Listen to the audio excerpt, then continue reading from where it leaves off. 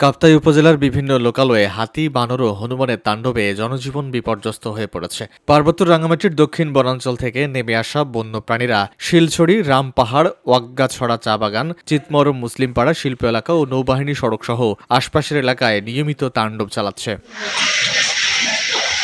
স্থানীয়দের অভিযোগ, গত এক দশকে হাতির আক্রমণে অন্তত 12 থেকে 13 জন নিহত ও 30 জনের বেশি আহত হয়েছে। এছাড়া ফসলি জমি ও বসতঘর ব্যাপকভাবে ক্ষতিগ্রস্ত হয়েছে। একই সঙ্গে বানর ও হনুমানের উপদ্রবে ফলের বাগান লণ্ডভণ্ড হওয়ার পাশাপাশি দোকান ও ঘরে ঢুকলে নষ্ট হচ্ছে খাবার। এতে বাধ্য হয়ে অনেক দোকানি বন্ধ করছেন ব্যবসা।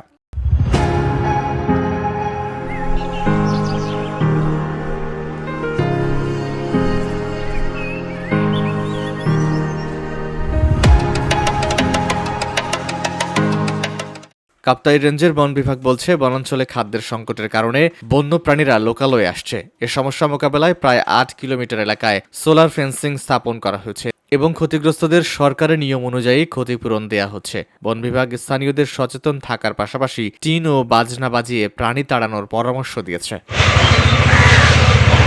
VOD Bangla news desk.